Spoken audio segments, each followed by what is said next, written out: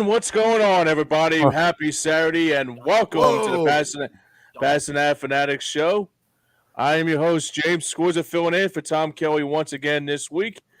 With me, as always, is the group of companions on this Saturday afternoon, Saturday morning, rather. Joey Marks, what's going on, dude? Man, you want to talk about tech issues? Here we go. Welcome to Pattison Ave Phanatics, and good morning, Philadelphia. Damon Celine. Good morning, good morning. Big Mike, welcome to the show, my brother. I was going to say, thank you there, guys. Go ahead, James. We have a special guest on our show today, Mr. Big Mike Lorio. What's going on, brother? Yes, Mike Lorio is in the house. What's going on, guys? See, James, you had me on your screen. That's why you almost said it, Sunday morning. I understand, but luckily I ain't got that hemorrhoid with me this morning, Bernard. I'm happy. So thank you guys for having me on this morning. Yeah, no problem, man. Well, Mike, now that this is your second time on the show, you know that now you're an official member of the Pattison Ave Phanatics. That's how it works. Give me a t-shirt. Give me a t-shirt. That's how it works. You're not a roadie anymore. Like, there's some roadies now. You're not a roadie anymore.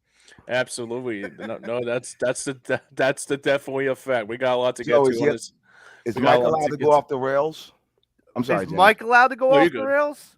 Yeah. Have you seen PM and AM? I'm almost certain that even with Pat Bernard not here, Mike is fully capable of handling if it goes off the rails. Sounds good. You got your coffee, right, Mike? No, Dave. Okay. Yeah, I have my coffee. Luckily, I don't have a coffee limit with you guys. Right. I got to go get a 6-foot coffee before we start. But yeah, and it's an honor, man. Like I said, Dame, I haven't done a show with you before, so I was actually looking forward to it. Frank, I had the pleasure of doing the Eagles Giants post game. So yeah, me and him did a lot of talking off camera, man, and we had a good time that night. So I'm looking forward to it, guys. James, what do we get into, bud? Yeah, it looks like we got a lot to get to. We got Phillies underway. Pretty disappointing on Thursday night. Howie doing some moves and continue to be Howie. Sixers playoffs. But, Mike, we're going to surprise everybody. Where do we begin on this Saturday? Wow, we're going with those fighting Flyers, man. How about these kids, man? Finally, son. I'm liking the channel Comcast, liking it. Dave Scott can get the hell on, loving it. The kids are playing. They're letting the kids play. I love it. Finally, we don't have to go to Allentown. I mean, this year we probably do. But, after I see some core pieces here. I really do. And they've been playing tough games, and they're playing tough teams. It's not like they're playing teams that are down the bottom near them, with the exception of Montreal. But everybody else that they've been playing lately and beating lately, they've been playoff caliber teams. They lost a tough one last night in Ottawa, but I mean, overtime. The kids are playing. So I want to get into that. I mean, you still got a point out of it. Mm-hmm. I want to get into that. So in that last game against Ottawa, I believe it was Torts and Danny Briere up in the press box together, and head coach not behind the bench. I wonder, if you're a fly on the wall, what do you think they're talking about? Oh, I'm pretty sure he's talking to Tortorella's probably going, dude, I need pieces. This is what I need. That's what I think they're doing. From here to the end of the year, it's going to be nothing but evaluation. That's all it is. Yeah. You can kiss JVR goodbye. If Kevin Hamer kiss his ass goodbye, Carter Hart, he can go too, because we do now have another young goaltender who's just as good. Okay. I wouldn't trade Carter Hart, but if somebody's going to offer you a nice return for Carter, yes, Arison can be the Flyers' future goaltender. He's probably just as good, but if you have him and Hart, that's a hell of a tandem. I'm not saying go out and trade Carter Hart. I'm just saying they got to blow your socks off to go get him. Ivan Provorov, he can leave tomorrow. Yeah, Mike, I'm not ready to move on Carter Hart. And the only reason I say that is because here's what I'm saying, and Joe might understand this. So two things can happen. and I wanted to ask you guys about Danny Briere. Should they take the interim tag off? But before I get there, so let's say you move Carter Hart and you get some pieces, right? And James knows this. Every time we make a move like that, the guy goes off to be a Hall of Famer, right? And then we're kicking ourselves. Bobrovsky. Right. Sorry. And so the other thing about that is you can build with him. Like if they make the proper moves and finagle some things, I mean, they could possibly be in the playoffs next year, possibly a low seed, but they have a good shot, and then you build upon that. But I'm not quick to pull the trigger on that. But it also ties into taking an interim tag off of Danny Briere and allowing him to flourish. I know someone asked him about the Clarks and the Holmgrens and all those guys the other day, or a couple of weeks ago, I should say, and he was kind of like, we'll see type thing. So I think this offseason, obviously for the Flyers, is a huge offseason on so many levels. And I get where you're coming from, Mike, about moving them. I'm just not so quick to make that the top 3 choice. I would wait to see what other moves that they can make to build around them or build in front of them, if you will, to see if we can maintain them, to retain them. James, what do you think? Yeah, I mean that's a good, very valid point there, Dave. I think that's the one thing I look at it too. There's a lot to dissect about what the Flyers really need to do, but the first thing they need to do is get themselves a top scorer. You know, they haven't had that since Danny Briere. Probably the last time we're talking like 15 years ago. You know, like the one thing I say to myself is me and my dad talked about this hundreds of times. Like go out and get yourself an Ovechkin, McDavid, either a Crosby. Like even like if it's like, or even like my favorite player of all time is Mike Modano. Same thing. But the one thing that the Flyers really need to do this offseason is make a splash move like the Phillies did with Bryce Harper and now Trey Turner. And same thing with Howie when he did with A.J. Brown, and the Sixers when they brought in James Harden. When you bring a winning leader to this club, that's when you know this team could really make a lot of noise. You know, and it's interesting because when Frank was on a couple weeks ago, he brought up something that was very profound and very interesting, and that is, you know, we look at our sports teams and we look at it from the fandom perspective, but it's a business, and I mean, Dave Scott was checked out. I mean, I think that was clear when he was like, okay, Chuck's out and then I'm retiring. Like he knew that his heart wasn't in it anymore, so he just said, I'm going to part ways. This isn't a good business venture anymore for me. So this is how I see it. I agree that it's a valuation, but I also think that I look at it with Torts and Danny Briere, that Torts is kind of going to be maybe the mouthpiece for Danny in the sense that he's going to be like, look, this is what I need, but we need to know what we have. And because, you know, with what Mike's saying, Carter Hart, it's hard to get rid of a young goaltender because, like Damon said, we've been burned before. But what I'm going to drive at is when we have that freed up money, when we start trading these guys or getting rid of these guys and unloading these guys, and you know, Mike, I think that, you know, you named Carter as the third, and I'm sure he's not your third man on that shopping list to get rid of, because believe me, I have like a list of like 5 to 7 different players that I can give them walking papers and a Greyhound bus ticket out of town, because I'm just not letting them fly on a plane, Joe. No. Why am I going to make more? No, they took enough of my money. No, they can take Greyhound. They can thumb it for It's a long bus ride to Winnipeg, brother. But go ahead. Listen, they can thumb it to Winnipeg. Those people up in Canada will gladly take them. Yeah, I'll take some boys from Winnipeg. You kidding me? Listen, well, here's what I'm going with too is, guys, I agree with James in the sense that we need to bring in a big name player because, like Frank said, we need a guy that's going to sell tickets. Even if he's older. Right. Even a guy like Tarasenko, even a guy like Patrick Kane, even a guy like, someone that can bring in and take some leadership, but also give some knowledge. I go back to the Chris Pronger era. Chris Yep. Pronger was towards the end of his career. No one thought, okay, this guy is going to be the stud that he was like 5 or 6 years ago. No, but he solidified that defense because of his presence, because of his leadership.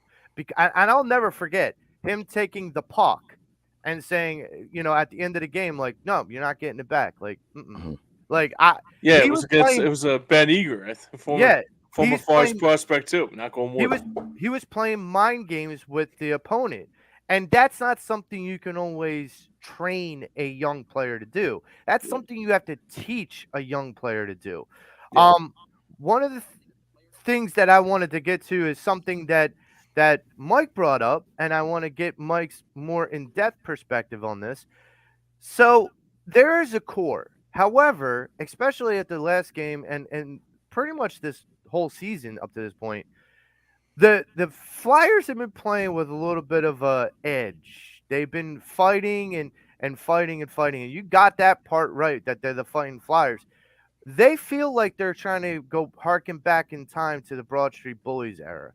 My question to you guys is, can that type of gameplay work in this NHL? Mike, I'll start with you. No. And I'm going to piggyback on something you said real quick, Joey. As far as like I said that I would trade Carter Hart, but it has to be a very, very good offer. No, I know. No, we got you. We got you. I think they. I think they need. If I'm looking at it, I think the Flyers need to build that defense in front of them, because the defense in front of him has failed him a lot this year. Yeah. I mean, Cam York and Tony DeAngelo can only be. And last, I don't want to see Justin Braun in a Flyers uniform ever again. I was jumping, doing backflips for joy when we traded him a year ago. I couldn't wait to get him out of town. And then here's the best part: he's slow on defense. So what do? They put him at right wing for a game. Like, this guy's Cecil Turtle on ice skates. Like, this dude is bad. So, with that being said, Carter Hart's that trade is way down the list. There's a few other people I want to get rid of before him. But getting back over what you're saying, Joe, is these young kids now can only get kicked in the teeth for so long. Like, when you keep getting beaten down, finally somewhere inside of you will snap. And enough's enough. And the Flyers have been the NHL's punching bag for most of the year. But these kids have also been in Tortorella's system now for most of the year. So the system's becoming the more games they play, the easier his system's going to be to run. That's why I think you're seeing now that they're able to get in there and play with these teams. As far as being the physical beat them up type of thing, that's the kind of coach Tortorella is. And I think it's kind of a lost art. I don't know. The game has changed a lot, but one thing about the game is they didn't outlaw fighting for a reason, because it has to happen. You got to have a guy who's going to go over and smack another guy for going after your big-time player. That about hockey in 120 years has not changed. There's always going to be somebody there to protect your star player. I know this might come as a shock to everyone here, but I was that guy, like, when I played hockey. Like, I was the guy that started the fights, ended the fights. My fighting record in my hockey career was 22-4. So there you go. And before we go any further, Joey, like to drop the gloves. If anybody else wants to drop the gloves and wants to have some compensation, check out David Archeri Esquire. And David Archeri Esquire is the one place to go for Cherry Firm, workers' compensation, motor vehicle accidents, personal injury, or criminal law. Give him a call at 610-565-0300 and tell him that the boys over at Pattison Ave and EOP sent you. Yeah, and that's a great segue. Believe me. The idea that this so, like, James, let me ask you the same question, because you're the Flyers guy on this squad, and for what I gotta ask, you weren't around during the Broad Street Bullies, but I know that your dad has like enlightened you about things. Yeah. So let me ask you: do you think that this style of play has any merits in this league? Like, do you think can give the Flyers any advantage going forward with growth on this team?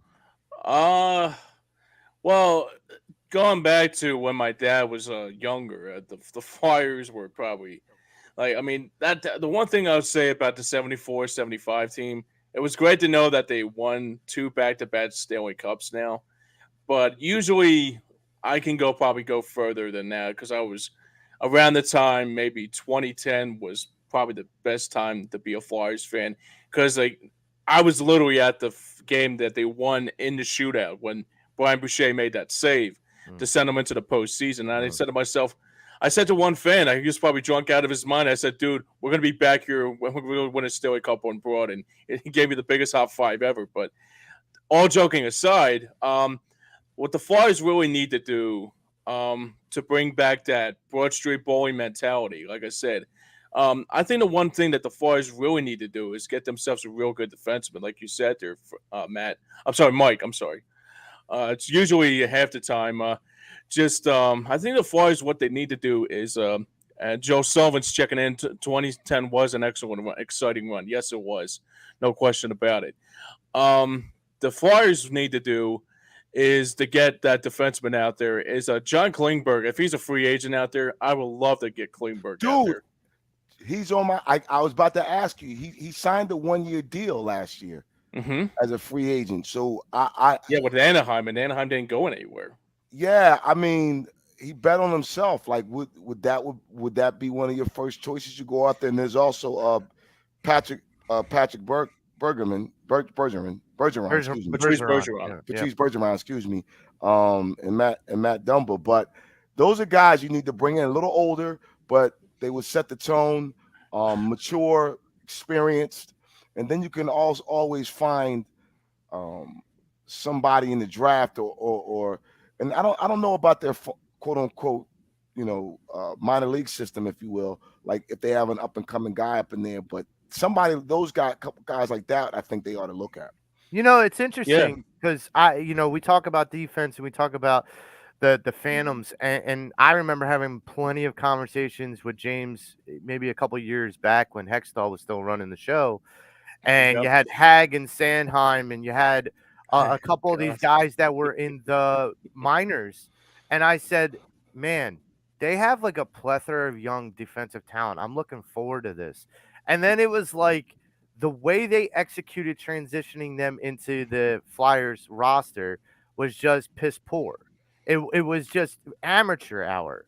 And the idea that, I agree with James. And listen, for all that are listening and watching, Mhm. James is like the Flyer whisperer or the free agent hockey whisperer because James also called Rustalainen before the Flyers signed him. So if James is saying Klingberg, book it. Klingberg might be in orange and black next season. But fellas, let's move on to your Philadelphia Phillies.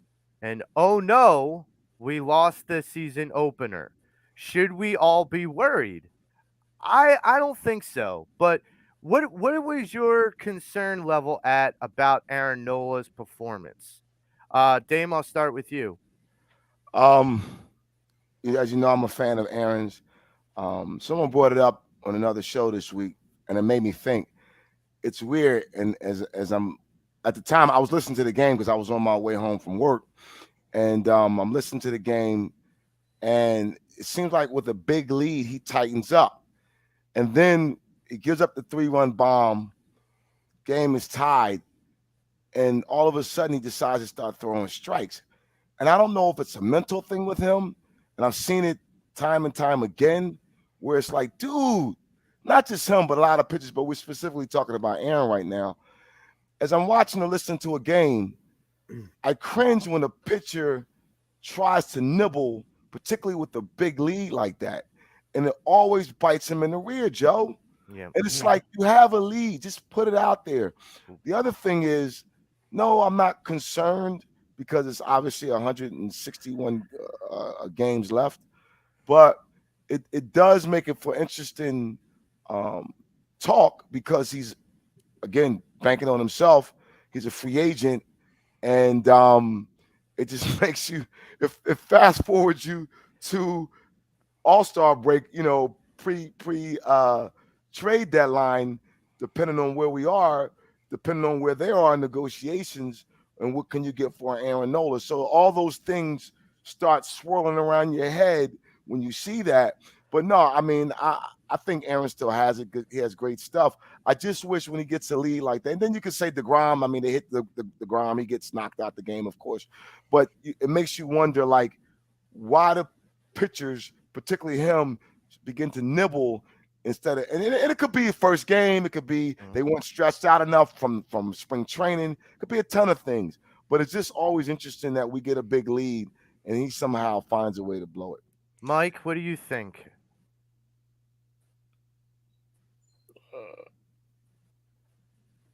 Did we lose Mike? Aaron Nola. Everything all right Mike, there? Man, we just reset it there for a minute. Okay, go ahead. Well, we got him. Yeah, it's the storm, dude.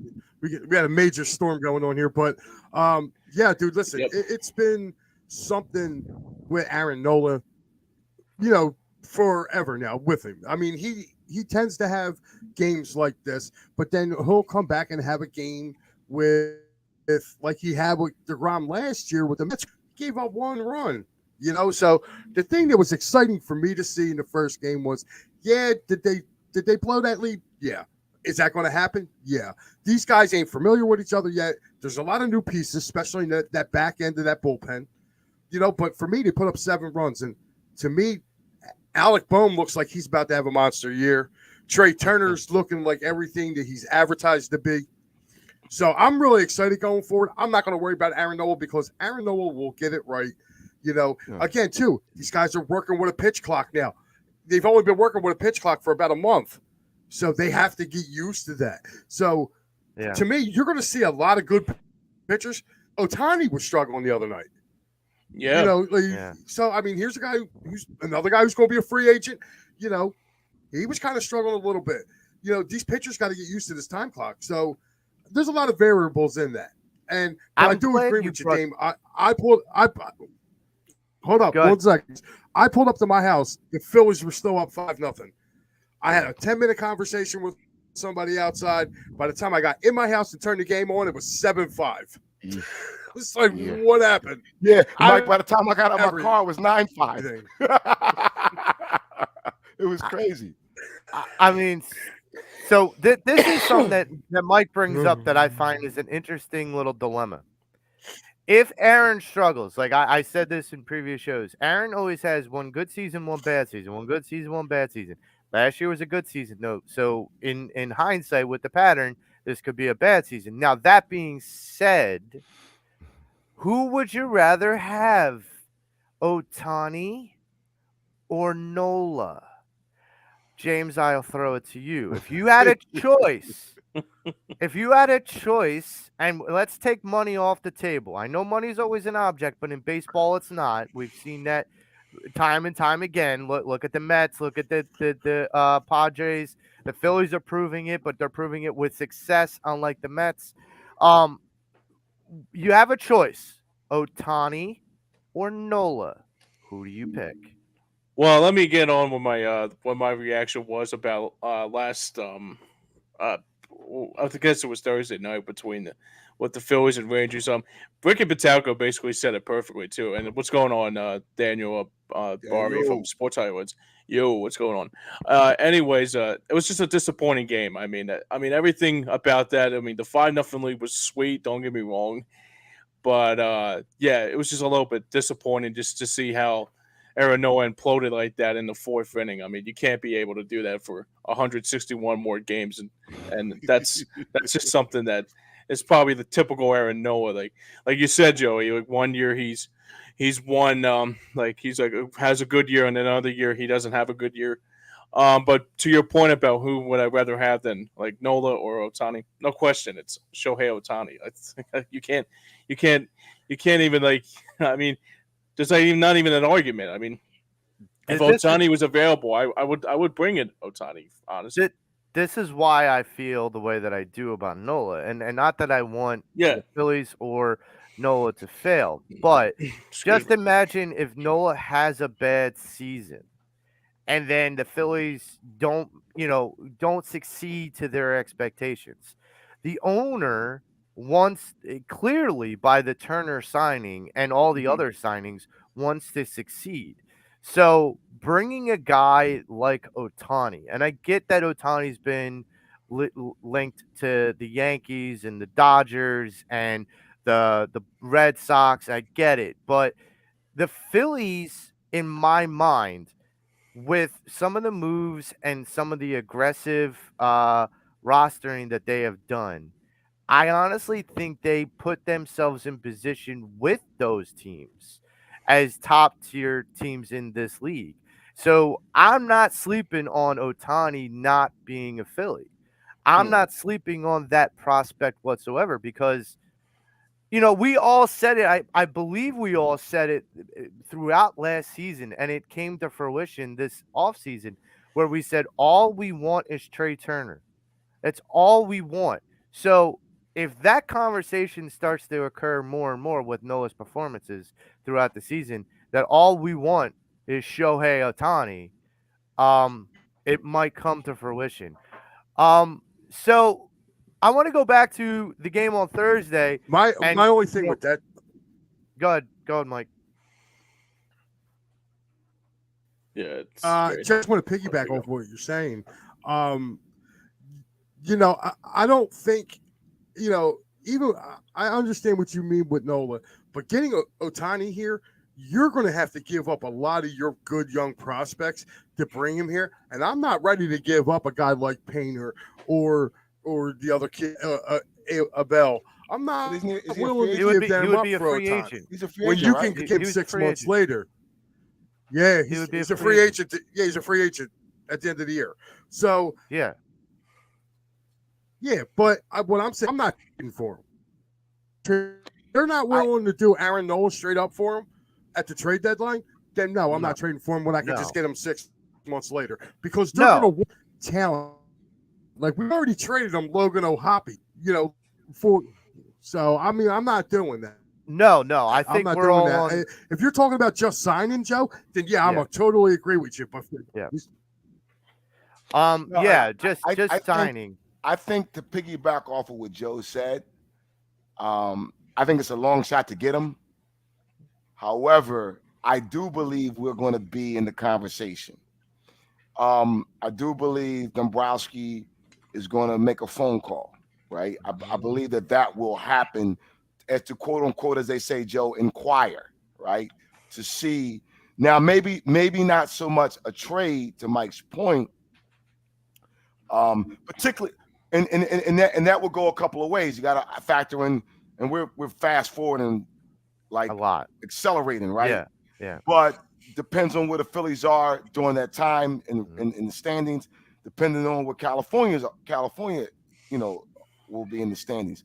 But I agree with you that the Yankees are no longer the lone star as far as acquiring these type of players. Hey man, I'll throw it out there. Don't be surprised if the Braves throw their hat in the ringer. Yeah. And because he's a unique player, and there's going to be a lot of teams, if not already, looking at that.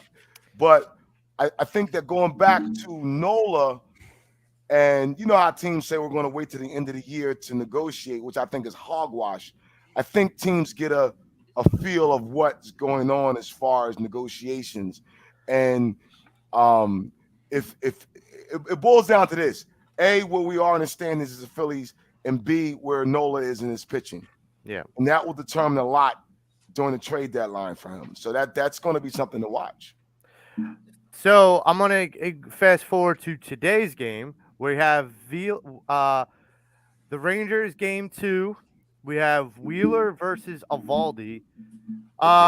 Wheeler's the guy who I felt like should have been game one, should have been opening day starter, just because I feel like he has a little bit more juice than Nola.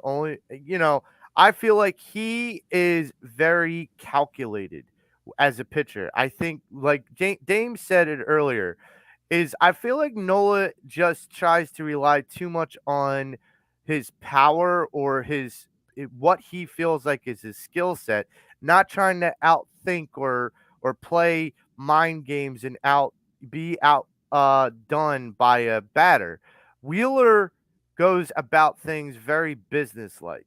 He's like, okay, I'm going to outthink you. So I want to get you guys take on the game today, Wheeler versus Evaldi, game 2 of the Rangers.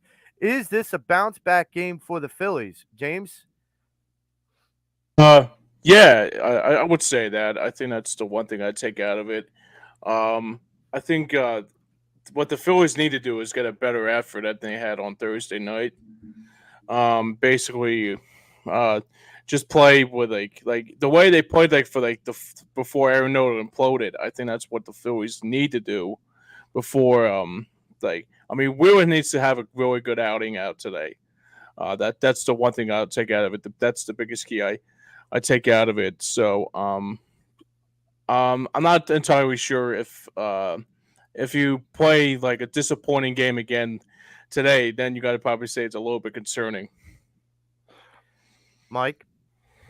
I think we lost Mike. Okay. So I think I'm trying to get him back on. Storm's going through everywhere. So yeah, storm passing through. I So want to piggyback off of that real quick. So let's go back to what you said about Wheeler starting the first game, Joe. I'm wondering, this is just my mind just flying off, if that was kind of like a can't find a word that I want, but a kind gesture to Nola to letting them know you're still our guy, because this is like his 6th year in a row starting yeah, home openers. hasn't been So- done since Robin Roberts, I believe. Oh no, I'm Okay. sorry, Steve Carlton's. I'm Steve sorry. Carlton, right. So it's almost like you're still our guy. We know what Wheeler is. We know what Nola is. I mean, we got a good 1-2, 1A, 1A, however you want to say it. But I think that was kind of like a kind gesture. And I think Wheeler was okay with it, right? I think he's comfortable in his skin in terms of what he is as a pitcher. I do believe that we can count on 6 runs, not every night, but for the most part, if you average it out, we should get to about 6 runs a game, if over a period of time. So it's a good matchup. That's for sure. I can't wait. 4:05. What a great day to be hunkered in to watch the Phillies game, right? Yeah. And it's a 4 o'clock game on Fox, so that's nice to see. But yeah, I expect them to bounce back, to play hard. We'll see what happens. So I got a couple. Before we go any further, I forgot to do my one of my sponsors. It's all good. Anyway, today's show is sponsored by Sherry'sTickets.com. Save 10% by using the promo code EOP10. Great prices and no hidden fees for sports, concerts, and theater. Visit their website at www.sherry'stickets.com. Family owned and operated since 1946. And tell them that the boys over at Pattison Ave and EOP sent you. Hey, yeah, and the Phillies season just kicking off. Great time to go get some of those great Phillies seats while they are there. Sherry's Tickets is a great place to go for them. I wanted to go into this the game today, but I also just wanted to go into something about the Rangers. If we go back just to last season alone, when we went and faced the Rangers, we struggled. We did? And I don't even remember we played Texas last year, did we? I could have sworn we did with We played them four games last year. We lost all 4. Oh, that's Yeah. right. That's right. Thank you. Thank you, Mike. So, we struggled with them mightily last year. And, for me, it's a matter of, this might be just a team that has our number. And that's not to say that should be fearful, because we only play them like one series out of the year. So I'm not worried about it. What I would go and say is this. For the Phillies, and I kind of go back to another trend from last year. The Phillies came out and they started smashing the ball. And offensively, we knew that that's what this team was built for. Smash the ball, bash the bell. That was last year's adage, moniker. So keep in mind, that's what we thought was going to happen throughout the season. And then we went into an offensive lull, and everybody hit panic mode. And then Joe Girardi gets dumped on his ass. So here's the thing that I see it. The Phillies have the bullets in the gun to go and get 6 or 7 runs any given day they want. They know that. The rules play better in their favor than most teams. Even though both teams play with the same set of rules, the roster that we have is much better for those rule set than most other teams. I'm not all that worried about this team because I still feel like this is a 92 win team. I honestly think that this team can get to win the division. I honestly think that this team is going to, like I said earlier, it's going to be one of those teams that the league is going to have to take notice that they are a perennial team again. There's no ignoring that. And the cavalry's coming. And before we move on, I really wanted to get an opinion from Mike about and maybe Damon because about the Reese Hoskins injury. And what do you think? And do you think he's played his last games as a Philly? Good Mike, I'll question. start with you. No, I don't think this game is a Philly. I don't. I think they'll find a way to bring him back. He's an intricate part. Yes, I know his defense is lackluster, but I really do believe and Derek Hall, they can make up for the offensive production for the loss of Reese Hoskins. Okay, you're also getting power out of your shortstop, which you did not get a year ago.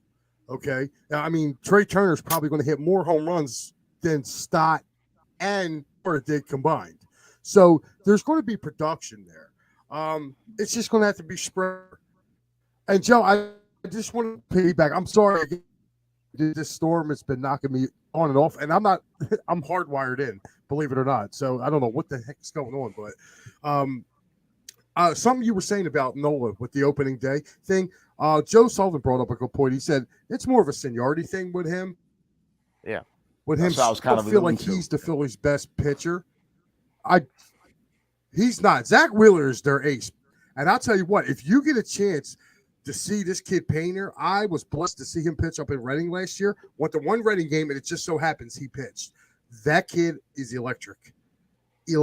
When he come back and play, the Phillies are going to be 4 strong. They're going to be 4 strong. They're going to be able to go with anybody, and I'm not sold on the winning the division. I'm not, because they took some hits in the offseason. The Mets just lost their closer who saved 50 games for them. Who's going to save those games? And I'm not sold on Verlander and Scherzer. Scherzer had too many points on and off the IR. Same thing. Like, I'm not saying Verlander. Verlander's been pretty decent. Like, he won the AL Cy Young, but he's getting up there in age. And I'm not sold on Quintana coming in as their third best pitcher. You saw what the Phillies did to him in the postseason. So, to me, this is the Phillies' division to win. I should say to lose. I think they're going to be okay. But between Turner, Alec Boehm and Derek Hall, the offensive production from Reese, that can be spread out between those 3 guys. And you really get a defensive upgrade at first with Derek Hall. Yeah. I kind of, that's what I was kind of alluding to. What Mike was saying about, it was more seniority. That's the word I wanted to use for Nola. It was more like a seniority type thing, and also a kind gesture at the same time. But as far as Reese is in a unique situation because, I mean, he was up for free agency, and we talked about this, Joe and James, a few weeks ago before the season started, that could possibly trade him during the deadline, depending on where they were with negotiations. I do see him coming back, obviously, depending on his ACL recovery, which I think he's going to get healed at 100%. The defense is always going to be in question. We get that, but Reese, one thing I like about him, um, he can hit bombs. We know that, and he looks for his pitches. So I see him maybe coming back again on a 1 year deal, um, and taking it from there. But I do agree with Mike. We have a few pieces that can cover for him, and the Phillies is going to be an interesting ride this year. It's going to be different than last year, but it's going to be engaging, of course. So I'm excited to see how this all plays out. But yeah, I expect him back next year just because of the injury and him. He can hit homers. James, what do you think? Yeah, I think I agree with Damon said on that part. I think that what the Phillies need to do, especially if they want to make it back to the World Series, is that they have to get that defense. The pitching is the top priority. I think the bullpen was a little bit iffy. Still, kind of like Yeah. I kind of worry about. And I think we lost Mike again. Um, I don't know why it continues to that happen, but like I said, there is a storm going through. Like he said. But anyway, what the Phillies need to do, especially, is that they have to basically have to nurse that Reese Hoskins injury somehow in some way. So, I mean, maybe when Harper comes back, maybe can give him a little bit of a spark, but just that the Brogdon and Soto thing on. I mean, Soto hasn't played a lot in the spring training, so I got to give him a little bit of a slide. But for Brogdon, it's hit or miss with him too. To kind of chime in with the bullpen, and then I'll get into Reese. I agree with Mike, and we all, me and you, especially James, we get very concerned about this bullpen. We've been that way Yeah. for the last 3 They seasons. added depth Yeah. though, Joe. They Yeah, added a lot no, of depth. that I can't deny. That I really kind of can't deny, and it's quality depth. It's not like Yeah. the guys that we brought, Not like slop Familia. depth.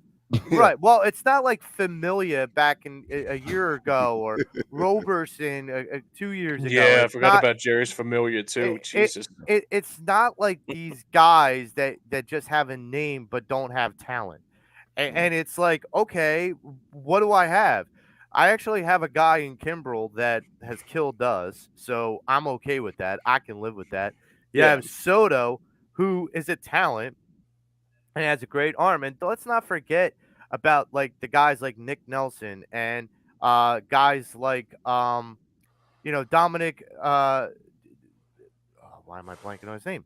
Um so we have a lot of guys that are in that depth that can really kind of spark the transition from the starters to the bullpen. I don't think it helps that Aaron only went not even 4 innings. Like he didn't even complete 4 innings. That's gonna hurt anytime your starter can't give you 5 or 6 on a day-to-day basis. But to get into the Reese Hoskins thing, yeah, Dame, me and you, and I believe Tom had a conversation a couple months ago about what we think is going to happen with Reese going forward in the future. And I said the thing that sticks out to me is that when he was going to get outright free agency, he was going to demand $20+ million a year. Mhm. Well, with this circumstance, with this injury, and how much he loves this city, it's kind of a Brandon Graham thing to me. Mhm. I feel like he could turn around and say, I just want to stay here. I'm not going to ask for 20 million. I'll ask for something fair, like 8 or 10. I just want to stay here. I don't want to go anywhere. Sometimes, and I go back to like look at Trey Turner, look at Bryce Harper, look at those contracts, look at like even Schwarber and Castellanos. Mhm. There is a window, and Reese knows this. Any player that's on that team knows this. There is a window. You don't want to not be a part of that window by just saying, "Oh, I deserve this much." Listen, I think Reese is a smart guy. I think Reese is an understanding human being. I also think Reese knows that if he goes on to the open market after an ACL injury, he's not going to garner $20 million from anybody. No. And I'm so gonna be that extra cautious. right, because they're not going to know. They knew what product they had But for the ACL, they have no idea what kind of worse product they could have potentially, because every GM always looks at the glass half empty when negotiating with a free agent, because they want to be skeptical that they're going to maybe get, burned on something, especially when a lot of money's at stake. Right. This is a part where I go, okay, Reese is going to go out into that free agent market and he's going to ask, here's my number, 21.5. And every GM is going to go, we can't do that. You just came off of ACL surgery. I don't trust it. I don't like it. So, no, we are not doing it. So, that's where I feel like that is. Moving on to your Philadelphia Eagles.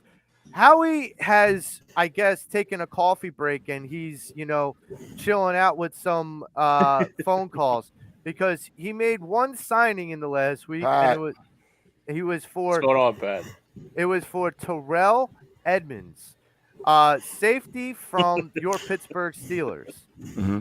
And this is not a guy that's kind of like a world beater. I love it. I think it was a great signing, Joey. And I'm not going to say hi to that idiot. I got to see his ugly face tomorrow. So, but I'll tell you right now, I like the kids. Yeah, I'm not saying hi to him. Go away. Go do some work.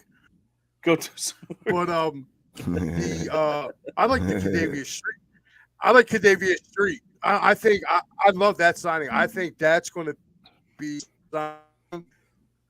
I got some news for you guys on some draft trades coming up in this segment, but I just want to piggyback off of that, Joey. I love the Tremont Edwards signing. I thought that was a really good pickup for Howie, and that's going to help out this team a lot. Let me piggyback off what Mike just said. There are certain teams that I always admire in terms of their defense, and Pittsburgh's is at the top. So when you get a guy from that arsenal, from that stable, if you will, chances are they're going to be solid. And then the thing about it, people have to remember, C.J. Gardner was a cornerback that they converted last year. Now, I don't want to rehash that. We kind of find out it was more of a personality issue, and they offered him something. Howie was like, "Dude, I'm going to move on." One thing about Howie. And I used to play poker when I lived in California on Friday nights. I did, not for a whole lot of money, just for fun, whatever. And guys would come with different games. And I played chess. One thing about chess. Note to self, don't play poker with Damon. No, yeah, don't play with me. But here's the thing. With chess, you have to be 3 or 4 steps ahead. The people I play, like, just great players. Like, I'm not on that level, but I love the game. Howie's always 2 or 3 steps ahead, no matter what. The guy is... It's amazing. So he's looking at the board going, you want to play games? I'm going to get this guy from Pittsburgh who no one's watching, who no one's talking about, right? He brings him in, and then what happens is these guys fall right into the formula and like, yo, I want to step in. I want to be great. And then to Mike's point about Street coming from the Saints, that's a good defense. That's a real good defense. If you go back, we got Hargrave from the Steelers, right?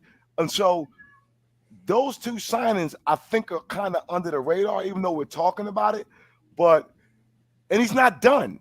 He's not done. Like my brother-in-law and I were talking about this the other day, and I can't wait for April the 24th or the 25th, 29th, whatever it is, the draft. And it's like, you don't know what he's going to do, but he's going to do something spectacular, like the wheels are turning. So those 2 pickups are going to be huge for us, man. I think in the long run. Well, yeah, Mike, definitely. You piqued my interest. I know we still have storm coming through, but Mike, you piqued my interest. Dude,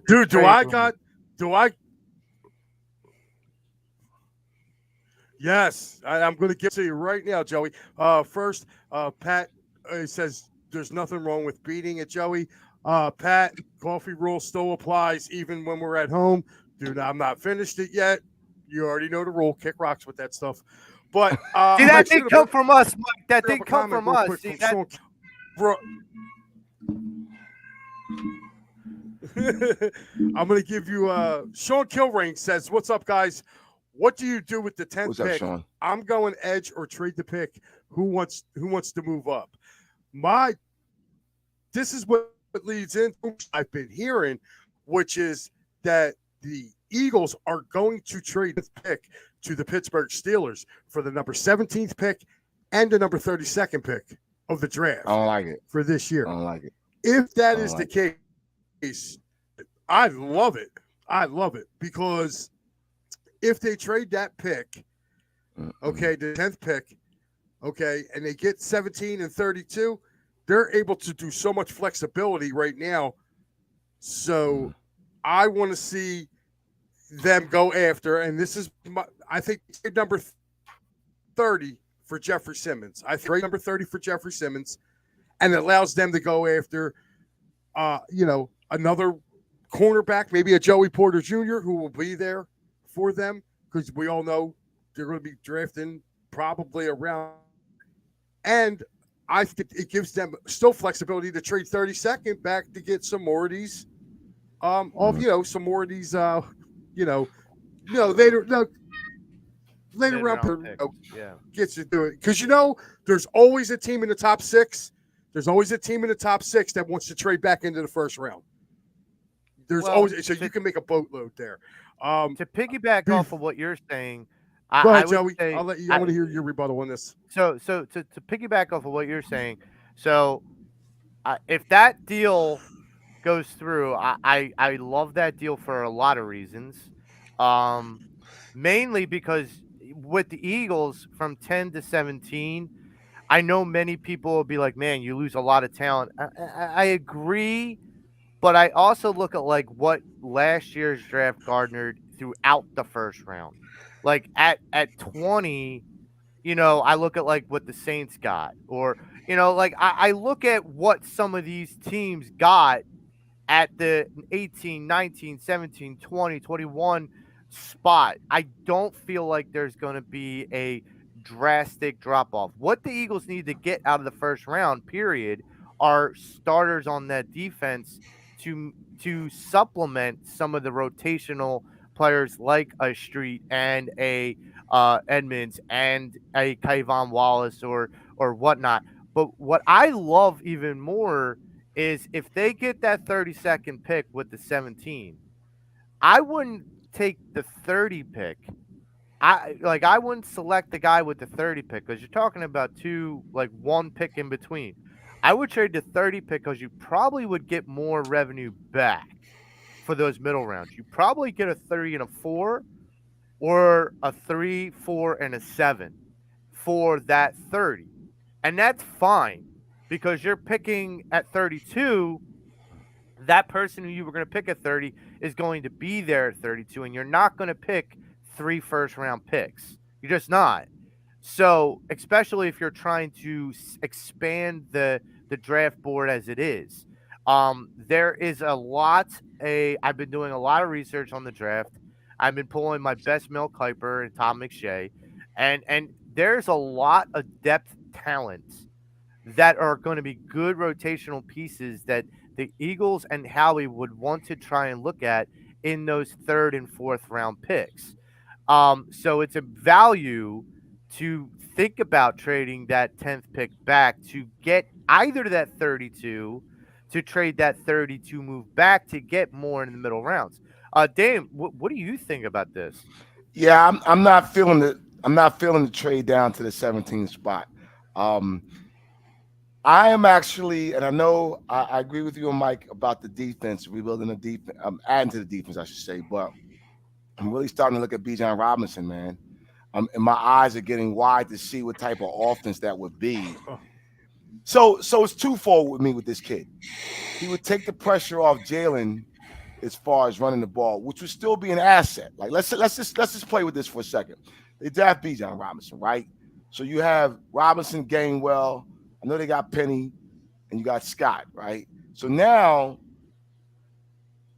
I think what you would do was expand your offense, keep them on the field a little bit longer, right, and keep the defense off the field less. But you would still have a solid defense, but your offense would just would just be amplified by those weapons. Now, the thing about it is, yes, Jalen would still be a threat back there, but it takes the pressure off of him having to run all the time in those Chicago games with the RPOs or whatever and risking injury. So, but I get it. I don't get it. Let me ask you guys this. I don't get when people say, why take a running back that high? I get it because a part of me, I don't sound like I'm contradicting myself. So people say don't take a running back that high because in terms of years, we're not going to have a running back for 10 years. You should use that pick to have a player for at least sustained for 10 years or more, right? Right. But with this Eagles offense, it's so dynamic that I'm even willing to snatch another wide receiver along with the running back. I don't know. I'd rather use that pick to either go up, either in the top, 7 or 8 or 9 or 7, 8 or 6, 6, 7 or 8. But I wouldn't want to go down to 17. You may get more picks, but then if they do that, then I already know they're going to try to add to the defensive line. So I'm kind of all over the place. It sounds like because I am. But that Robinson kid intrigues me, man. He really does. And he was here for a visit, by the way. I'm gonna go into my fantasy world now, folks. I'm gonna go into what I would love to see just in a fantasy type world, because Damon just opened up Pandora's box for me. Okay. Dame, I got to applaud you. You make some really valid points, and maybe you've convinced me to believe a little bit more on your side. Okay, so let's break down what Damon said. The Deshaun Robinson drafting. What would that do? Okay, everyone's gonna complain. You don't draft a running back that high.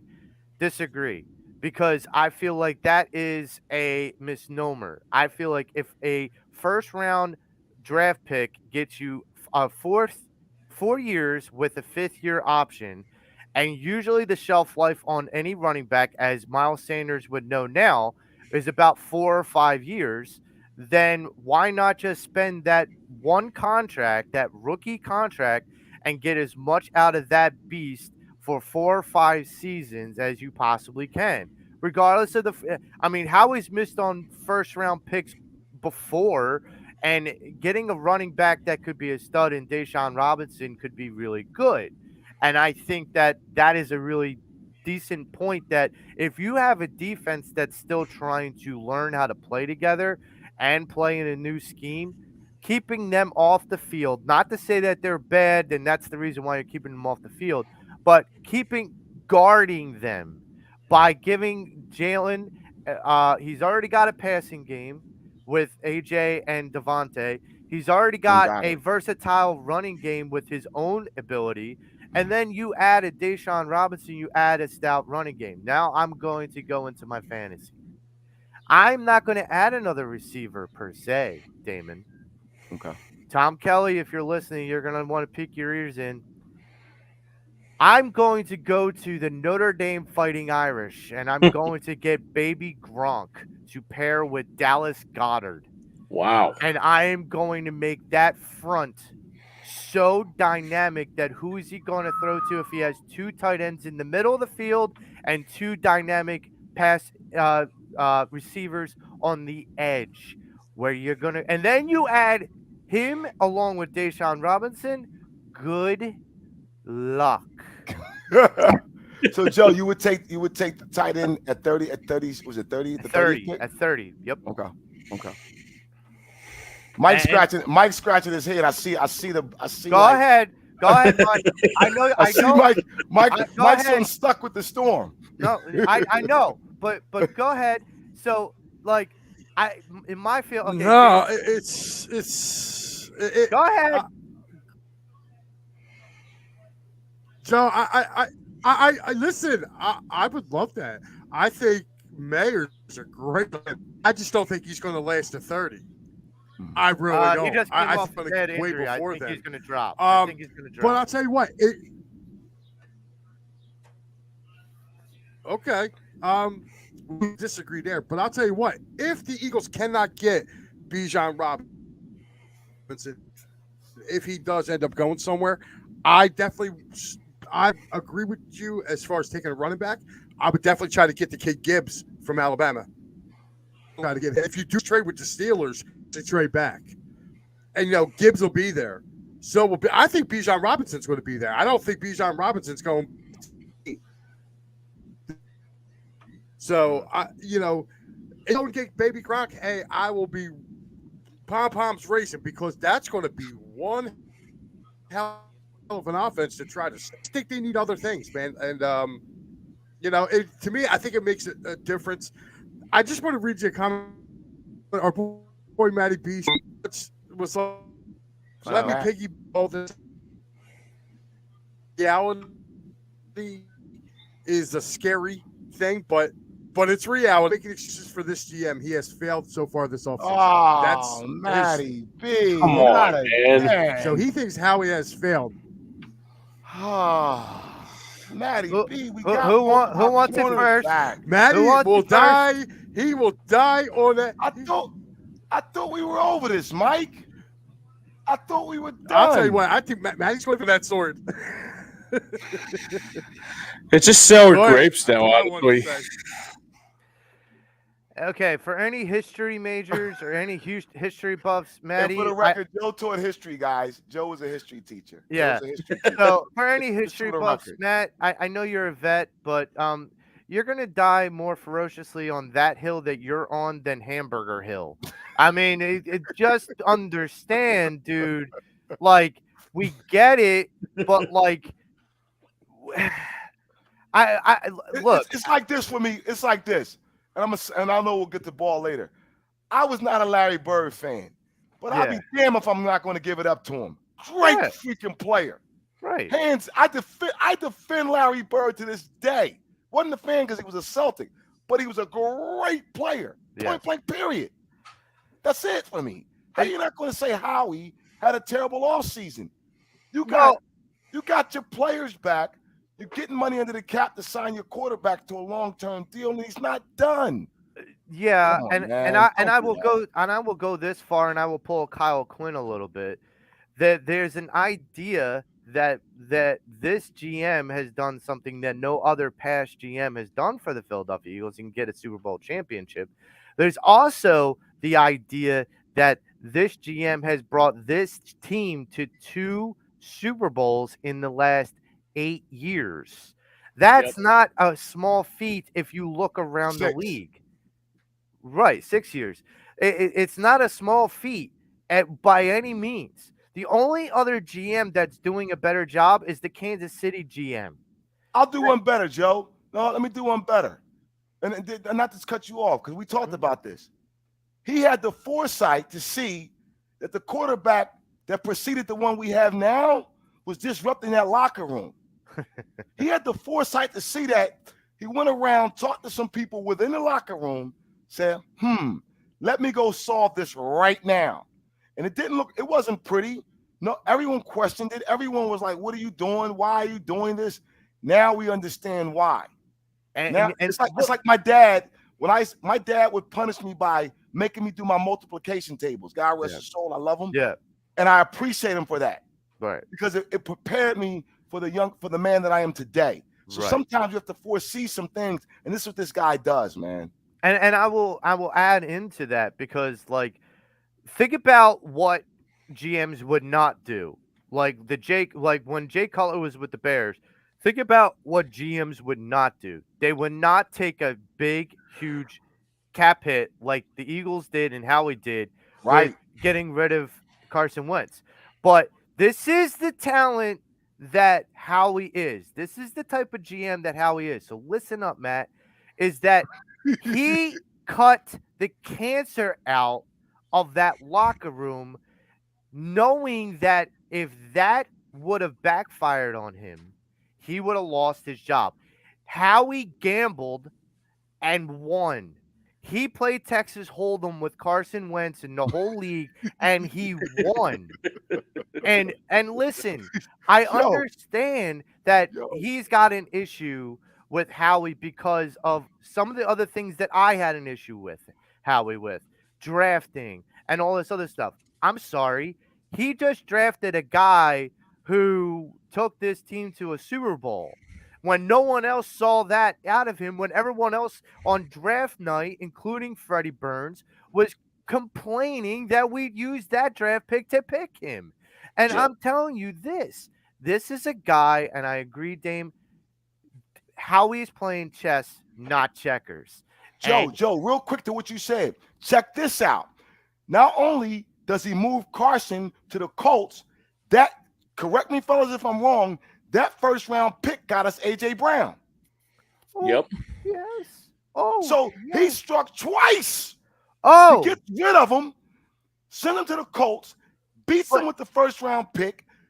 They were losing because of Carson. Thank you very much, Carson. We get into a position where he can then fleece the Titans to get Jalen Hurts, who he drafts, that stud to go along with Devontae Smith. Come on, man. You got to give it up. You may not like a guy, but you got to give him credit where credit's due. But Dame, who did the deal for A.J. Brown? Who was the GM at the time that did the That's biggest what I'm saying. draft day deal in probably Philadelphia Eagles history? That's like, what I'm saying. I'm just saying, Matt, I get the hill you want to die on, but you can't deny facts. I get that you can say, well, look at the talent on the defense. Yes. Do you not think that there's a turnover in the NFL? Look at the Kansas City Chiefs. The Kansas City Chiefs had to start 2 rookie cornerbacks. There's a turnover, but it depends on the other talent, the other pieces. And any GM can really do is give the coach and the team the pieces. It's up to the players on the field to execute. If we look at like the players on the field that didn't execute, Howie Roseman didn't hold in the Super Bowl. Bradbury did. By the way, Joe, the 10th pick, didn't he swindle that from the Saints? Yes. Oh, okay. I'm just saying. Saying. Yes. What team that goes to the Super Bowl has 2 first-round picks, let alone ones in the top 10? I can't recall that, man. Well, I mean, I can't. Here's where Maddie's going to go. Okay, you want to talk about trading draft picks? What about when we got the guy who's the DN that we traded the 4th round pick for? What about trading the pick away for C.J. Gardner-Johnson, who just walked out? Both those guys walked out the door, and we lost the draft pick. Okay, Matt, you want to go that route, but look at the equity that we got back for the picks that we had gotten from teams. Let me pick it back up about what you said about the C.J. Gardner-Johnson thing. Let me be perfectly clear about this. If you brought back Bradbury and you brought back Slay, the majority of it, we're not going to bring back C.J. Gardner-Johnson even if you desperately tried. It'll be like you'll be way over the cap. I mean, it's bad enough that I don't know what it's just a running gag anymore. What he's trying to convince us with. I mean, I'm sorry to say it, but it's the truth. I mean, it feels like it's just like. Look, awesome. I respect. That's awesome. I respect Maddie because he But he states his own opinion, but the opinion is wrong. No, I get it, but he's standing on his own convictions, and I respect that. But your convictions don't have basis of fact behind it. Yeah. I mean, not as much as the basis of my opinion and how that stands on fact, because, I mean, look, I'm not saying he's wrong, and I'm not saying I'm right. But what I am saying is you can't deny the success that Howie's had.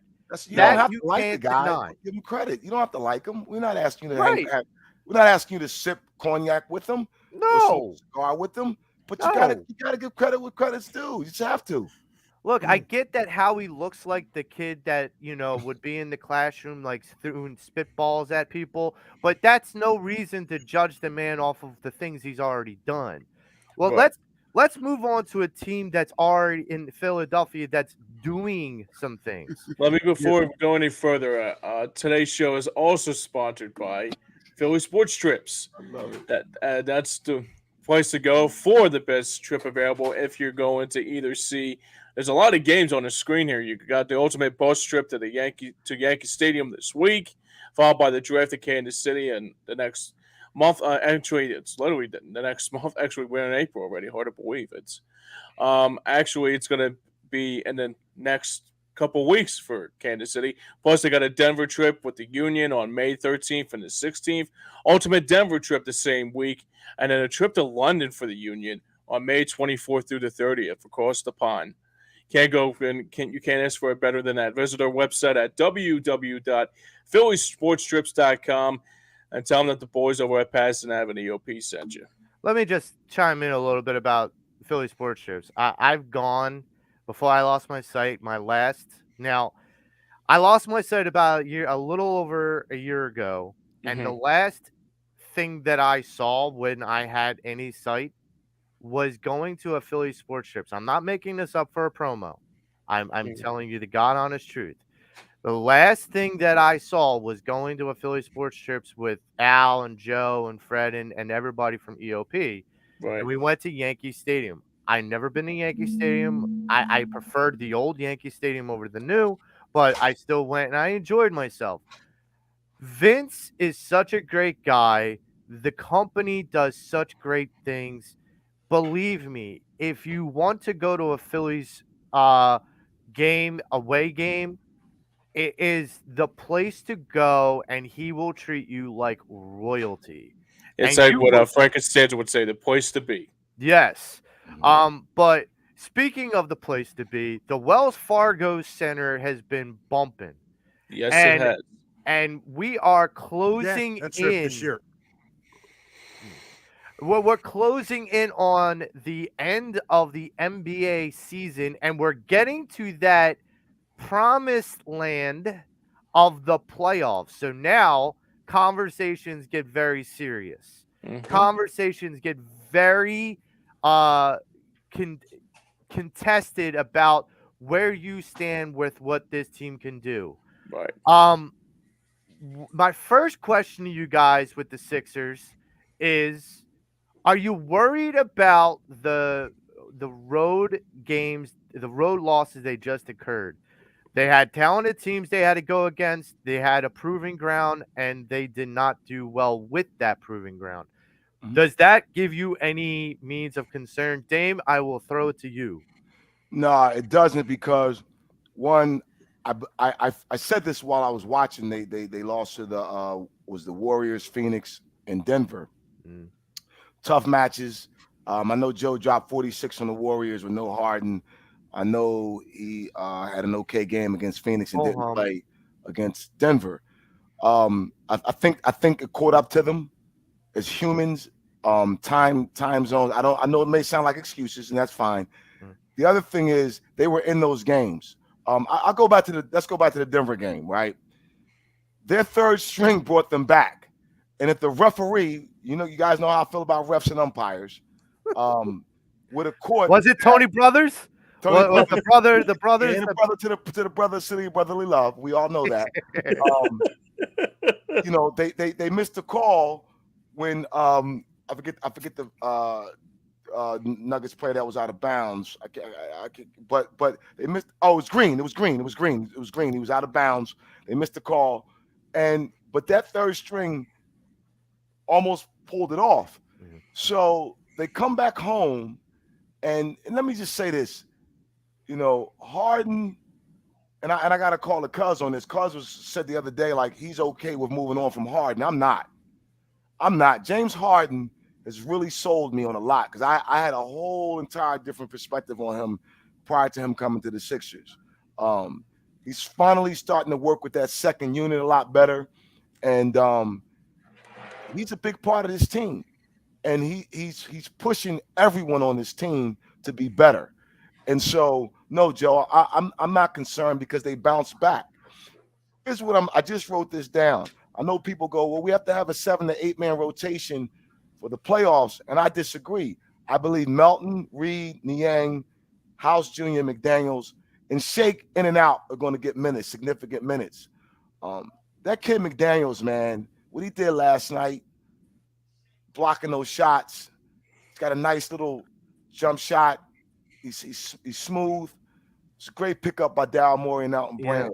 You know who he reminds me a lot of with his gameplay? Rashawn Holmes. I like Back that. when Mm, Rashawn Holmes mm. was here. I An like that. athletic stretch four Yeah. that plays ferocious defense. Mike, if you are still there, what do you think? What do you think? What is your concern level? What are you at DEFCON 1?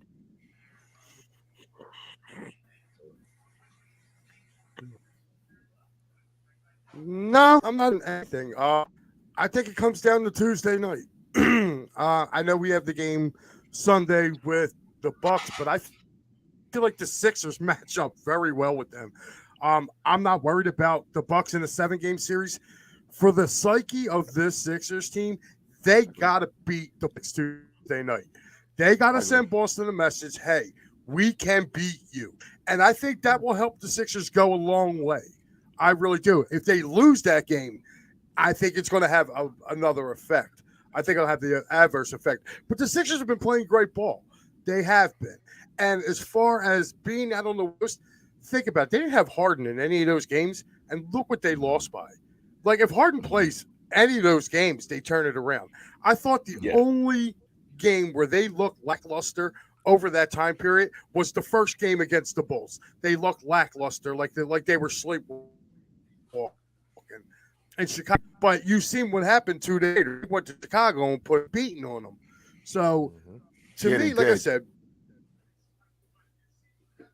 moving forward, I think you've seen guys, you see guys, um, you know, House had a pretty good game last night. I was watching him in the place last night. Paul Reed's game has stepped up tremendously. If you Agree. get this going forward, the Sixers are going to be a hard out, man. Yeah. James, what do you think? Yeah, I'll piggyback All right, about. who's up next?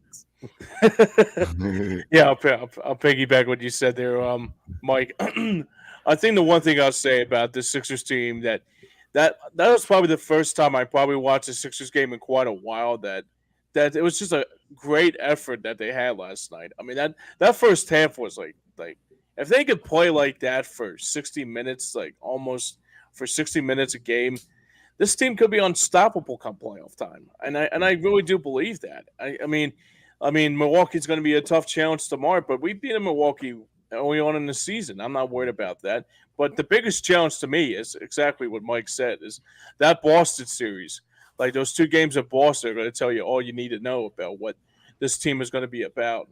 This team's going to be like come playoff time.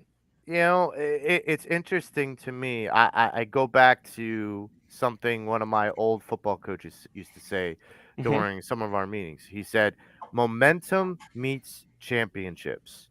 And what that basically means is if you start to build momentum, no matter the skill set that you have in on your team, no matter that what you think or what other people think the talent level is that you have on your team, if you have momentum going into the playoffs, if you have momentum going towards that championship, Yep. the championship and that team will meet. That will happen. And I go into a little bit of concern when you can't compete with some of those teams. However, I'm not worried. I'm not putting the cart before the horse. All those teams that Damon mentioned, the Suns, the Warriors, the Nuggets, they're all in the West. So what do we have to do until to get to them in the playoffs? We have to get to the NBA finals. So I ain't worried about the guys that are on the other side of the country. I'm worried about the guys that are in our conference that we have to go through. And Right. I agree with Mike and everybody else about the Celtics. However, I will put this here. I am not overlooking the Bucks. Just Mhm. because Mhm. you can't Sure. sit there and say, okay, we've handed the Bucks a couple losses. I get that. But momentum meets championships. Giannis is going to start gearing up, Mhm. which means any superstar who starts gearing up for the playoffs is going to take it to another level. And right now, even though we're still like a little bit more than a week out from the playoffs starting, Mhm. this is basically when the playoffs have started. Mhm. Like, because everyone's, jockeying for position, especially in the East. That's why last night's game against the Raptors was desperation mode for the Raptors because they're still fighting for position in the play-in tournament. Mm-hmm. So you can't take much for granted other than taking care of business in the East. I would ask with the next two games how crucial they are. A, what do you think is going to happen? And B, what do you think the record is going to be? Mike, what do you think? 0-2, 2-0, 1-1, and what do you think is going to happen in those games? I think they split, but I think more emphasis will be placed on that Boston game Tuesday night here. They got to beat the Celtics. They got to beat it just for their own psyche. They got to beat that team, and they've come close the last two times they played them. I mean, Embiid was a half a second and 3/4 shot away from giving them a hell of a buzzer beater, and I think the Sixers learned from that game too because Jason Tatum game-winning shot, but they held him in check. Where like the previous games this year, Tatum and Brown have ran roughshod over the Sixers, where they really limited him. So I think they lose a close competitive one in Milwaukee tomorrow night, but I think they win against the Celtics this year. Yeah, I think it kind of bodes well going. I kind of look at tomorrow night's game is going to be interesting against the Bucks because they just got shellacked by the Celtics by 41 points, and Giannis still dropped 39 or whatever he had. But so I'm kind of 50-50 on that game. But to Mike's point, just for the psyche, and to your point, Joe and James as well, they have to beat the Celtics. I think the XO factor in those two Celtics losses, the one up in Boston and the one back here, was that one, Tobias and Maxey neither played well in those games.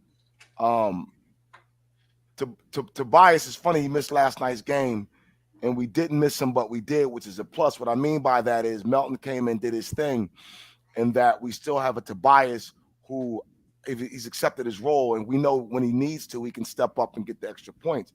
I believe that Maxey is going to be the X factor against the Celtics. The reason I say that is he's that extra gear that we talk about, Joe. I think if I recall when they played him before, he was still coming off the bench. He might have started the last game we played him at home when Tatum hits the jumper, the game-winning shot. But when I looked at the box, watching the game and looking at the box score, he could have done a little bit more. And I don't mean to put the pressure on him like that, but he's the guy. And I do, because his defense has gotten better. We know he's not going to stop a Jaylen Brown. But I think that if he can give us that extra gear against Boston, it puts the pressure on them. We know Boston cannot stop Joe. We know that James is savvy and James is going to do what he has to do. And they really have to really punch Boston in the mouth on Tuesday. What Boston did to Milwaukee, we have to do to Boston. Not necessarily beat them by 41, but get that lead and let them know we're going to roll with you guys. That's the message for me. Don't make it close when they're on our home court. And it also depends on who Boston decides to play, because after that it's like 4 games left or whatever the number may be. Yeah. And I don't care. People say, well, Tatum didn't play. No matter what, you have to beat them just to get that stink off you. And I would expect, and I'm hoping Maxey's going to step up to help us get over the hump. So, Dame, I have two questions for you. Number one, so what did you and Joe talk about last weekend when you were on the show? I know you had to take the meeting. I understand. Yeah. My question is, does he still feel strongly about getting the MVP and beating Jokic, even though I love the political statement that Embiid put out about Jokic? Sure. He's like, I like the guy. I think he's great. I still think I'm better. Kind of like, okay, I'm glad. Like, I'm glad you still have the confidence to believe in what you do. Right. So that's number one. Number two, give us a prediction. You're good at these, so I enjoy these. For your Bucks game, give us a Joel Embiid points prediction. He's got to get back. And Mark Jackson said it last night. Even though he deferred and we got it, it was great. But we need Joe getting back to his 30. It was only 2 games. Last night he had 25. The night before 25 or whatever. We need him getting back to 30-something points. I'm looking at tomorrow 35. Um, Okay. and I hear what he's saying. What he's basically saying is he dominated on January 28th. He dominated Jokic on national TV. We saw it. We witnessed it. He dominates him all. But to me, he sealed it. Like, this guy can't hang with me. Okay, so mentally he's way past him, and he's a different person in terms of where he is in his play right now with this team, trying to really get them past the second round and beyond. So, with that said, I think that he goes out tomorrow, plays well. He helps make the statement on Tuesday, play well. I believe that Doc will shut him down a game or two. Mhm. May not play against Atlanta, and I'm okay with that to get him rest. And the other good thing about it, Joe, is that because of the play-in, they get a week off before they even start Yep. their first round of the playoffs. So for me and for him and for the team, for us, it's about him staying healthy. I think that's his sole focus. I think that's his sole. But in addition to remaining healthy, to make a statement that we're going to be the team to beat come this year's playoffs. James, what do you think about the next two games? What do you see happening? And of course, chime in with the idea of like where you see things with Joel as far as his performance going forward. Yeah, I mean, the one thing I take out of it is that like my top priority for the Sixers, like Steve said, like just come out just healthy. Basically like come out like with healthy arms and also get ready for the post. I mean, that's the thing I take out of it. I just want this team to play with a lot of intensity. I mean, the last couple games that showed me a lot. But just for the state of like if they get into the postseason. Well, actually, they will get into the postseason. Let me correct myself. What the Sixers need to do, especially, is keep that train rolling into the postseason. Like I mean, I won't even care if Jokic wins the MVP. I mean, if he wins it, I mean, it's just another. I think the reason why I just win the MVP of the NBA Finals. That's what I'll look at. Go to the NBA Finals and parade down Broad Street. That's the top priority to me. Like go past the second round, get to the third round, and get maybe to the NBA Finals. So that's what matters to me. So my takeaway is this: for the next two games, I expect the Sixers to go 2-0. Mhm. And I will add to that even more. I feel like they're both statement games Yeah, because I I agree, think Joe. Definitely.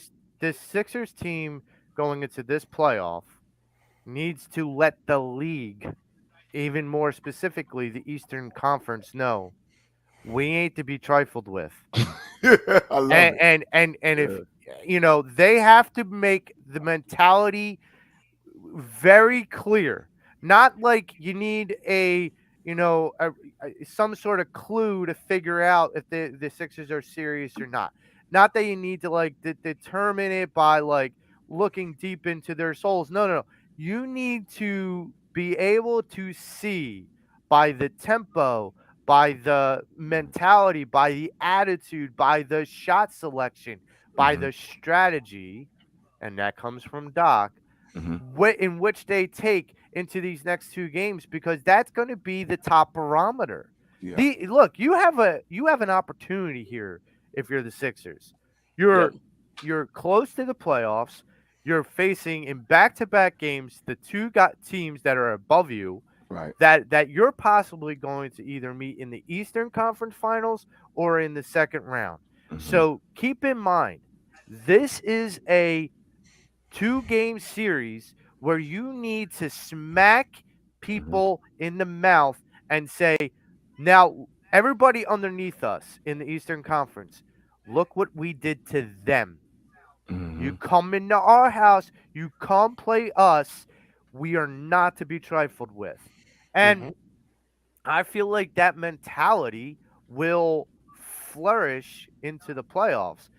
I honestly think with Joel, I think he will get MVP just Me too. because I don't think it's going to be like how they did things with Jokic. I think it's going to be like, yeah, okay, we're going to give it to him because I think there is this I guess, begrudgment to the Sixers and to Joel Embiid from the NBA that they're going to give it to him because of the stats. They're going to give it to him because of the performance. They're going to give it to him because he earned it.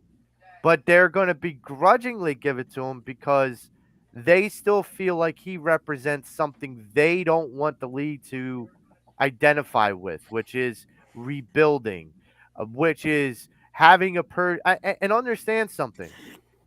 This guy has put this team on his back Yes, he for has. years. Yes, he has. And he's been put into a situation by past Hall of Famers, by analysts, by being identified as a weak or soft player. I'm sorry. You play with a broken face. You play with a bad thumb on your shooting hand. You play the way that he's played in the last couple years. I'm sorry. This guy has been and will be your MVP for this season. And I will add one more to that, James. This is a year of trophy collection for Joel Embiid. I love it. Joel better have that money for an extra room in the house because I there's love a it. lot of hardware coming. I love And it. the Sixers nation needs to understand this as a fact that Joel Embiid. I agree with you, Dame, that Doc's going to shut him down for a game or two towards the Mhm. end. I feel like Joe has gotten to such a maturity level with his skill Mhm. set that he understands it's not an indictment that he's sitting down, that it's something to kind of savor what he's going to do, save the energy, save the fight for the real fight ahead. Yeah, and And he's earned it. yes. So, yeah, I love the way this is going. I just wanted to shoot to Mike if he's still with us. Mike, where's your takeaway? Has your opinion changed about Joel Embiid as far as how you feel? I know you feel like he's a talented player, but has your opinion changed at all?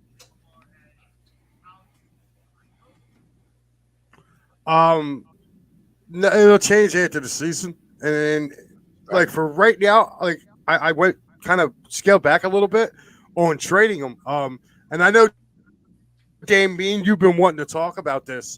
Just, Yeah. I explained the last time I was on here with you guys. I explained I was pushing that narrative because I felt like the Sixers weren't doing enough around him I got you. to get him to a championship. Now he's been playing out of his mind. But if they get a second round exit again this year, like Joel may want to leave on his own. Like it won't even Sixers trying to trade him. He may want out. You know what I mean? Mhm. I like Joel Embiid. I think he's the MVP of the league. I think he's the most dominating player in the NBA right now. My stance has changed on that because at the time that I made those, that I said what I said, I was really frustrated with the Sixers because I didn't feel like they were doing enough to help this kid. I'm sorry, they forced down this guy's throat for 4 years that he had to play with this dude. They ran the guy who he did play well with out and made this guy. The guy ended up going to like Jimmy Butler would have been a hell of a lot better to keep here, and I think the Sixers could have gotten to an NBA Finals already with Butler, but they decided to keep Ben Simmons and. Like, I'm sorry. Later, you have a certain shelf life with Joel. As much as we love him, as much as he's a great player, big guys like that don't seem to last very long. So you have a certain shelf life. And I just don't feel like the organization has done what they needed to do to help this guy get to where he needs to be. That's why I stated think, it. But seeing how go ahead. No, go ahead. You go. Go ahead, Dave. No, you're good. Finish. I'm sorry. You're good. You're good. Yeah, I'm not trying. Okay. Yeah, I'm not trying to ramble. I'm trying to get my point across of why I made what I made because it wasn't that I was frustrated with Embiid and I wanted him out of here. I'm frustrated with the Sixers and the lack of what they were doing behind. No, I got you, Mike. I think when you look at it, let's go. Let's peel back for a second. So Joe, we had a guy that, and I said this to my buddy Bernard, like yo, I'm gonna live and die with Ben Simmons. Like and the frustrating thing about Ben Simmons was, and it's sad, like whatever with that guy, but the talent was there, right? The level of talent was there, just chose not to bring it to the forefront, if you will. I think that it made Joe take on more than what he needed to take on, and that's just Joe's mentality. So now let's move forward. They bring in Harden, and I have to admit, when they got Harden last year, I was hoping they would go further, but I knew our bench wasn't as strong in the back of my mind. I tried to convince myself, but I really knew it wasn't. And we know what happened last year. So moving forward, Joe goes, we need a PJ Tucker type. Boom, we get Tucker. Tucker brings a toughness to this team. But I also want to commend Darrell and Elton for bringing in Melton. That guy, man, is such a huge addition to this team, right? Because you can plug him in, Joey, at the 2, the 3, and he's just I know I always say he's from Cali, but he reminds me of a player from North Philly. So to me, you have a guy that this team is tough. You're not going to roll over on them. I know they got down a little bit last night and they had to lead, whatever, but they're tough and they find a way, particularly in the fourth quarter, to do what they have to do to win these games. So moving forward for the playoffs, and I said this to Joe and James earlier and the other guys on the show, this is a playoff built team. This team is literally built for the playoffs. And so to kind of alleviate your frustration, Mike, I think that we're going to see a different outcome because they're built for the playoffs, because they're tough and everyone's accepting their roles. To pick up this kid McDaniels was huge. And I love Thibault, man, but he peaked. He peaked. He wasn't going any further than what he was on this particular team. You bring in this young kid, McDaniel, you can switch him off, you can move him around, he'll give you a bit of the offense, but he gives you that defensive toughness. That only helps Joe, right? Let's go back to Dallas the other night. Joe comes in the game, hits a 3 to tie the game, and hits another 2 to take the lead. They never look back. So now Joe can come in and be, he's not a closer, and he's done it. He's done it. And then with Harden, getting healthy and doing what he does, it's just a unique situation. So I'm looking at it as a whole in its totality. Everyone's able to play their role. Joe's able to shine, and he's going to be able to go above and beyond. So I'm expecting a big different outcome from this team. It's interesting that you bring up something, Damie. I'm hoping I'm right there with you. I'm with you. No, I feel you, Mike. No doubt. Hey, you piqued my interest by saying piqued, but with Thibault, because I go back to what Mike was talking about with Ben Simmons. So Ben was, a top draft pick, and there's expectations that we had as fans. There's expectations that the organization had as a player, what they expected him to produce. And if I'm being 100% honest, as a person who was a big Ben Simmons fan, I both. I would have to say that one of the main reasons why they traded him, I don't think is just because of his attitude. I think because they saw him peak and they said, this isn't what we bought. If this is his peak, this isn't what we expected. And it's kind of like the Thibault thing. Like, I agree with you, Dame. Like, he peaked, and just like the Ben Simmons, granted, Thibault was not like a top draft pick like Ben, but when Thibault peaked, we were like, yeah, we knew what we were kind of getting, but we expected a little bit more progress out of the offensive side, and that's not there. So we have to move forward. We can't keep beating our heads against the wall. Right. And that's what I think the difference is. And, for what it's worth, when regards to this team and being playoff ready, Jalen McDaniels is a huge piece. Paul Reed, as Mike mentioned earlier, is a huge piece. And I've been a big Paul Reed fan for a while. Me too. And I feel like this kid he's got the fire. Like I don't know how else to put it other than he's got the Tyrone Hill fire in him. Yeah. Like Yeah. you don't want to get in his way, but you definitely don't want to take the food off his plate. Tyrone Hill. Oh, God. Yeah, so I mean, for me, it's kind of like in that vein. So what I would say in this regard is going forward with the playoffs, and we'll see what team, it won't be next episode, but it'll probably be the episode after. We'll have an idea of who we're going to wind up playing in the first round. But I honestly think either way, I think that this team should handle whatever team comes their way. And the next two games is going to be a big test to see how far that could be. But we're going to wrap it up for today. I wanted to thank Mike Laurel for coming on. I'm sorry about the storm being like a pain. But we deal with technical issues and we keep moving Yeah, forward. sorry guys. This is Mike, it was great, man. Great. It was great that you were on, man. Yeah, brother, for sure. Thank you guys for having me. It's been blessed. Thank you. And hey man, I've been on, and like I said, sorry about the in and out, man. This has been crazy. Yep. I think I probably got about 8 gallons of water, or at least an ocean out about now. Oh wow. You all right? Everything gonna be okay? He froze. Okay, you'll be cool. Okay, cool. Yeah, I can swim.